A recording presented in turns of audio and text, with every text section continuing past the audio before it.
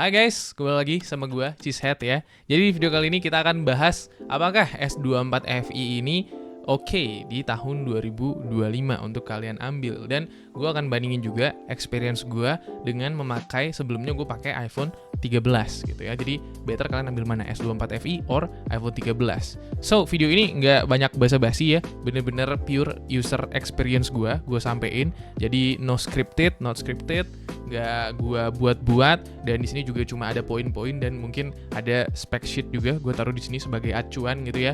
Cuma overall ya gue sampein experience gue bener-bener pure ke kalian ya. Jadi kalau misalkan ada yang kurang, ada yang bagus, gue sampein semua di sini. So langsung aja, ini dia S24 FI di tahun 2025. Oke, jadi gue cerita sedikit dulu. Sebelumnya, gue pakai iPhone 13 dari tahun 2022 sampai ya kemarin di 2025 awal atau pertengahan gitu ya. Dan akhirnya gue switch ke S24 FE, ini yang varian 8256. Ya, alasannya adalah karena iPhone 13 gue pada saat itu storage-nya mentok 128 gitu ya. Dan menurut gue itu nggak cukup, apalagi gue keperluannya setiap hari ya ngonten gitu kan. Ya sayangnya budget gue nggak sebanyak itu, jadi gue jual iPhone 13 gue dan dapat itu jual sekitar 6,8 juta. So gue consider ambil S24 FE yang harganya mirip-mirip. Sekarang kalian bisa ambil di 6-7 juta. Cuma saat itu karena gue beli di offline store ya, gue beli ini sekitar ya hampir 6 bulan lalu kayaknya itu di 8,3 juta. Jadi ya lumayan tinggi harganya. Cuma karena gue mager beli online ya, nggak mau ribet juga biar cepet juga, gue beli offline di daerah gue. Jadi 8,3 juta gue dapatnya. Kalau kalian beli sekarang, lu bisa cari di sekitar 6-7 juta, lu udah dapat HP ini. Oke, gue akan bahas sedikit mengenai build quality dan desain dan bodinya. Ini mungkin kalian bisa lihat langsung ya. Ini karena gue bener-bener make, jadi ya lu lihat sendiri fingerprintnya udah di mana-mana gitu ya. Dan cukup fingerprint magnet bahannya, tapi overall solid dan premium banget ya. Jadi mungkin kalau lu lihat pun ini emang keren gitu. Tapi emang ketika lu pegang pun ini terasa HP-nya memang HP yang mahal, mewah gitu ya, bukan mahal, mewah gitu. Dia belakangnya udah pakai Gorilla Glass Victus Plus, depan juga sama Gorilla Glass Victus Plus. Terus untuk frame-nya juga sudah aluminium. Jadi bener-bener premium banget gitu ya. Dan paling mungkin banyak dari kalian yang nanya, "Bang, bezelnya gimana, Bang?" gitu kan. Karena kan kalau kalian lihat sendiri pun, kalau kalian mau consider ini HP pun pasti kalian akan mikir soal bezelnya gitu kan. Karena untuk kelas ya harga segini atau Samsung seri S gitu ya, ini kayak masih termasuk tebel ya. Tapi sebenarnya ketika lu pakai gitu nggak akan ngeh juga gitu. Kayak gue nih udah pakai beberapa bulan gitu ya, gue sama sekali nggak inget soal bezel yang tebel ini gitu loh. Kecuali kita omongin kayak gini gitu ya. Dan menurut gue sih ya selama kita nggak ngeh dan nggak mengganggu, tidak akan jadi masalah menurut gue. Jadi bezelnya bisa kalian lupain aja, karena lu pasti mata lu akan adaptasi bahkan nggak sampai 1 minggu sih, mungkin beberapa hari udah adaptasi gitu mata kita gitu ya. Nah lanjut dari segi berat ya, di sini gue perlu baca spec sheet sedikit karena gue nggak hafal sampai beratnya berapa gitu kan.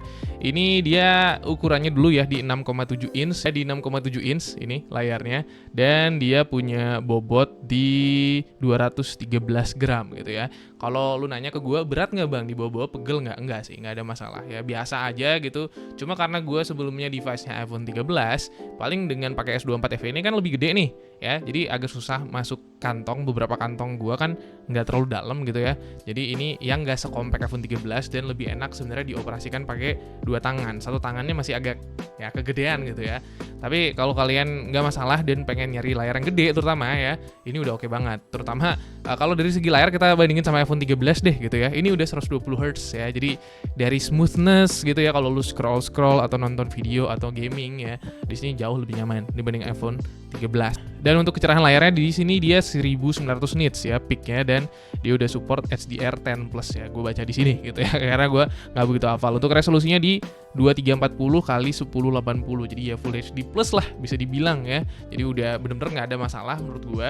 PPI-nya juga cukup tinggi gitu ya, nggak pernah gue ngerasa ngelihat pecah gambarnya. Di sini bener-bener masih sangat-sangat crispy ya, crispy dan smooth nih. Jadi keunggulannya si S24 FE ini dibanding iPhone 13 mungkin ya segi layar itu. Nah terus kalau ngomongin ketahanannya ya, dia udah IP68 ya. Di sini dia udah tahan debu dan tahan air ya sampai 1,5 meter 30 menit ya gue baca juga di sini ya, karena gue nggak pernah aneh-aneh juga sama HP ini.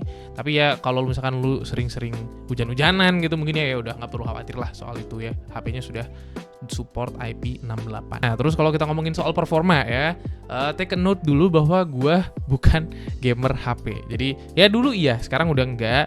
Ya paling gamenya ada cuma Block Blast gitu ya, Block Blast, Chess Adventure gitu. Jadi bukan game-game yang bener-bener membutuhkan spesifikasi tinggi gitu ya. Tapi kalau kalian nanya speknya ya lu bisa cari sendiri, ini pakai Exynos 2400E. Dan untuk game-game zaman sekarang sih kayak anggap lagi Genshin, WoW mungkin, atau Mobile Legend ya, tentunya sudah lancar aja di sini, lancar jaya.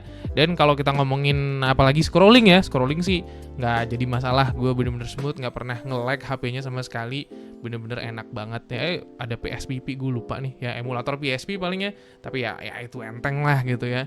Dan overall aman ya, masalah performa gue nggak pernah protes sama S24 FI, nggak ada masalah sama sekali juga gitu ya.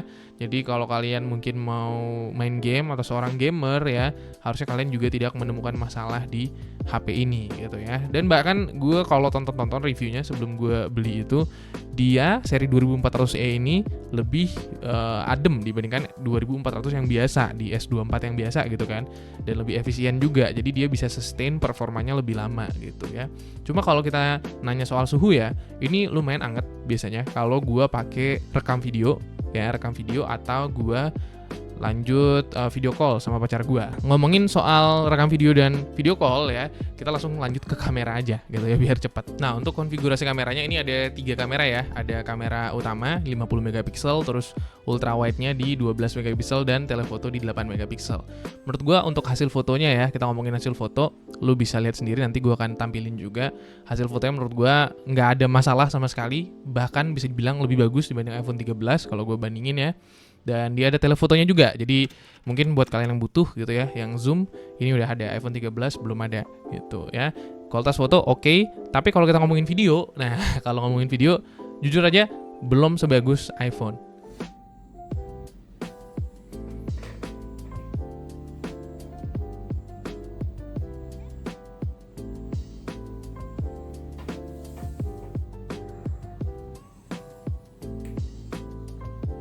So, ini dia hasil perekaman kamera depan beserta suara mikrofon dari Samsung S24 FE di resolusi 4K 30 fps ya, dengan cahaya yang ya seadanya bisa dibilang ya. Kayak inilah hasilnya. Ya, entah kenapa Android itu mungkin ya, kalau banyak orang bilang sih optimisasi per apps-nya itu kurang ya.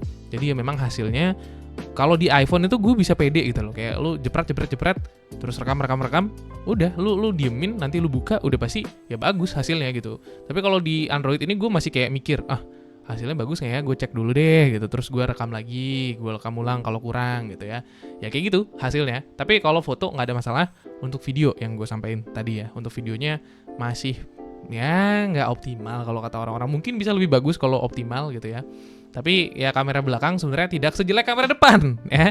Kalau kita ngomongin kekurangan, kamera depannya menurut gue kurang. Ya jujur kamera depan ini nggak diperhatiin menurut gue sama Samsung sih. Ya burik banget lah.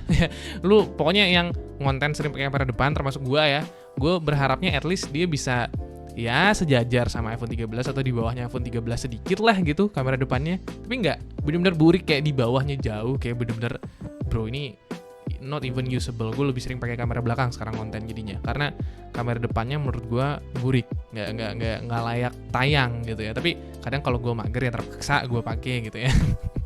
Ya jadi untuk kamera depan, apalagi kalau dipakai fit call gitu ya, ya jujur aja gue fit call sama pacar gue ya burik aja ini hasil kamera depannya gitu ya. Kalau iPhone 13 tuh kayak entah kenapa kamera depannya bagus, magical sih. Kalau kalian suka selfie mungkin atau sering konten pakai kamera depan kayak gue, ya jangan ambil inilah kalau saran gue gitu ya. Nah, terus kalau kita ngomongin baterai dan chargingnya, oke? Dari baterainya di 4700 mAh ya, lebih gede dibandingkan iPhone 13. Tapi ya iPhone 13 itu kan 3000 nih. Tapi iPhone 13 itu bisa nyamain ini ya. Nyamain dalam arti apa? Pemakaiannya, waktu pemakaiannya itu sama, daya tahannya sama. Padahal baterai lebih kecil iPhone. Jadi lebih efisien jauh iPhone itu guys ya.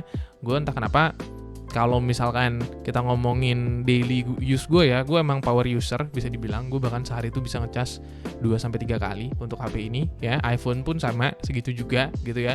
Jadi gue cukup kagum aja sama iPhone itu, dia bisa wow dengan baterai yang lebih kecil, tapi dia bisa tahan lebih lama gitu loh dibandingkan si S24 FE yang baterainya lebih gede ini. Dan ngecasnya lebih lama ini ya by the way, karena baterai lebih gede ngecasnya lebih lama. Untuk ngecasnya sih sebenarnya dia ya standar aja 25 watt cukup lah bisa dibilang gitu ya. Wireless charging 15 watt juga support gitu ya, standar aja. Tapi ya lagi-lagi kalau kita ngomongin efisiensi sih ya harusnya iPhone itu bisa tahan lebih lama ya kalau misalkan dikasih baterai yang sama 4700 gitu loh ya. Itu salah satu hal yang gue sayangkan. Gue berharap ini bisa tahan lebih lama sedikit kayak gitu ya, tapi enggak juga ternyata. Nah terus kalau kita ngomongin software ya, softwarenya ini jujur sih kata Samsung itu supportnya lumayan lama ya, 4 tahun apa 5 tahun gitu ya. Lu bisa correct me if I'm wrong lah di bawah gitu ya, untuk update OS yang bisa berapa lama. Dan menurut gue itu salah satu keunggulan. Dan UI-nya gue nggak ada masalah sama sekali ya. UI-nya responsif, smooth, terus juga simple. Gue demen sih sama UI-nya, gue demen ya. Kalau dibandingin sama iPhone pun gue nggak ada ngerasa yang kayak ih apa ini jelek banget UI-nya gitu, enggak. Dua-duanya menurut gue sama-sama bagus lah. One UI dan iOS itu oke aja. Nah jadi untuk fingerprint udah, terus untuk NFC kayak gitu-gitu ada, udah support 5G juga ya. Apalagi ya gue bilang ya overall speakernya sih oke, nggak ada masalah juga, dual speaker juga gitu ya. Menurut gua overall secara HP sebenarnya kalau lu tanya worth it nggak HP ini gitu, worth it ya. Harganya sekarang apalagi lu bisa dapat di 6 jutaan, mungkin 7 juta gitu ya paling mahal, dapat 256 sama 8 GB RAM. Menurut gua sih sangat worth it ya kalau lu nyari HP Android yang all rounder, bisa dibilang dia bisa dipakai apa aja. Dan lu mungkin punya dua pilihan gitu ya, kayak iPhone 13 atau iPhone berapapun lah, iPhone 13, 14, 15 atau S24 FE. Gue prefer iPhone, jujur aja ya. Kalau iPhone-nya storage-nya 256, tapi karena ya setelah gue berpindah gitu, gue rasa gue cukup kehilangan banyak hal ya. Mungkin layarnya nggak smooth ini gitu, tapi karena mata kita cepat akan terbiasa, menurut gue nggak akan jadi masalah ya. Jadi ketika layar lu 60Hz kayak di iPhone 13, lu pakai lama-lama pasti akan terbiasa mata lu ngeliat itu gitu loh. Dan kalau mungkin lu bandingin samping-sampingan mungkin baru kerasa gitu 120Hz dan 60Hz. Tapi kalau lu udah terbiasa pakai iPhone 13, menurut gua nggak akan jadi masalah. Itu pertama ya. Gua kira upgrade ke 120Hz akan sepengaruh itu, tapi ternyata gue lebih butuh yang namanya kamera depan yang oke ya. Jadi ini balik ke kebutuhan ya, ini kebutuhan gue dan user experience gue. Jadi gue sampaikan bahwa kamera depan gue perlu dan ini kurang oke di sini gitu ya. Secara efisiensi baterai ini harusnya bisa lebih tahan lama seharusnya dengan bodi sebongsor ini ya. Dan iPhone 13 lebih compact, jadi lebih enak gitu. Tapi kalau kita ngomongin kelebihan ya, ini tentunya 256 GB di harga yang sama ya. Jadi storage wise 2 kali lipat lo dapatnya, terus layar juga 2 kali lipat, refresh rate-nya lebih bagus jauh, layarnya itu lebih smooth kalau lu scroll ya. Mungkin lebih cocok buat para gamer kali ya, para gamer gitu. Terus lu juga mungkin user yang gak terlalu mentingin kamera depan, bener-bener HP-nya ya buat WA, kerja, scroll sosmed sih jujur cocok banget karena refresh rate-nya tinggi nih. Jadi mau scroll kanan kiri dia cepat banget gitu ya. Dan menurut gua ya iPhone ataupun Samsung balik ke kebutuhan masing-masing lagi-lagi. Tapi kalau lu tanya di 2025 ini apakah worth it ambil S24 FE, worth it ya, worth it. Kalau lu tanya worth it, apakah worth it ya. Kalau sesuai apa yang gue bilang tadi dan lu nggak masalah dengan kekurangan-kekurangan yang menurut gue ada di HP ini gitu ya. Jadi segitu dulu video dari gue, Cheesehead. Kalau kalian suka videonya jangan lupa like, share, dan subscribe ya. Kalau kalian suka video-video kayak gini, kayak ngobrol santai, terus gue nyampein experience gue pakai HP-nya, not scripted ya. Gue sebut bebas ini, mau bagus jeleknya gue juga sebut secara jujur. Kalau kalian suka review yang gamblang seperti ini, nggak banyak basa-basi bacot ya, langsung aja kalian like, share, dan subscribe Chizuhedo. Thank you. Sampai jumpa di video-video berikutnya. Jadi selain bahas HP, kita juga bahas laptop, keyboard, dan lain-lain mungkin ya. Thank you. Bye-bye.